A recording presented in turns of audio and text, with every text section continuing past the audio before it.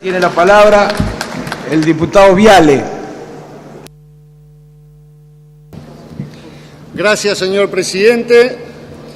Bueno, hemos dicho recientemente que la forma en que el Gobierno Nacional maneja su política de administración de recursos públicos es la más desembosadamente unitaria que se ha visto en la Argentina desde la recuperación de la democracia.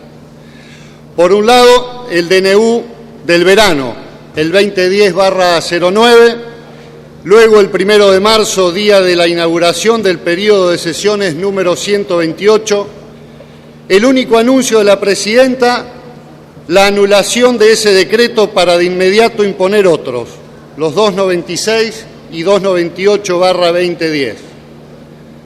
Por último, lo que parecería ser una maniobra de comedia de enredos, un juez federal, en medio de una sesión de la Cámara de Diputados de la Nación, da lugar a una medida cautelar que viene a dejar sin efecto el tratamiento de uno de los temas del orden del día en el mismo momento en que están siendo analizados, en un claro intento de detener el normal funcionamiento de uno de los poderes de la República. Es que el Gobierno, para sostener un esquema que es insostenible, ya no le alcanza con apropiarse de los fondos de las provincias o del sistema previsional, ni con recurrir a los préstamos del Banco Nación o blanqueos de capital, y entonces manotea las reservas del Banco Central.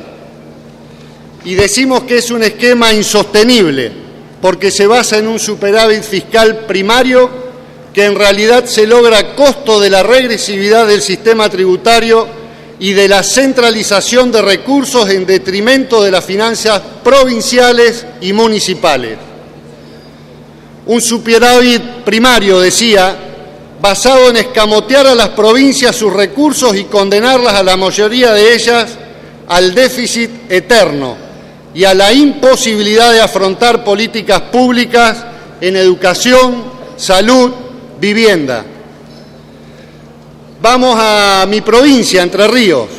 Si se cumpliera la ley de coparticipación, debería recibir 573 millones de pesos. Recibe, en cambio, 172 millones. Una diferencia de más de 400 millones.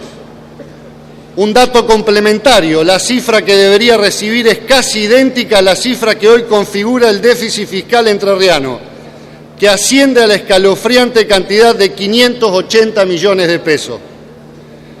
De modo que buena parte de los problemas vinculados con los magros salarios de nuestros docentes, policías, enfermeros, trabajadores estatales, así como la escasa inversión en infraestructura, en escuelas que se caen a pedazos y en inexistentes caminos de la producción, podrían tener otro rumbo si se cumpliera lo que la ley establece.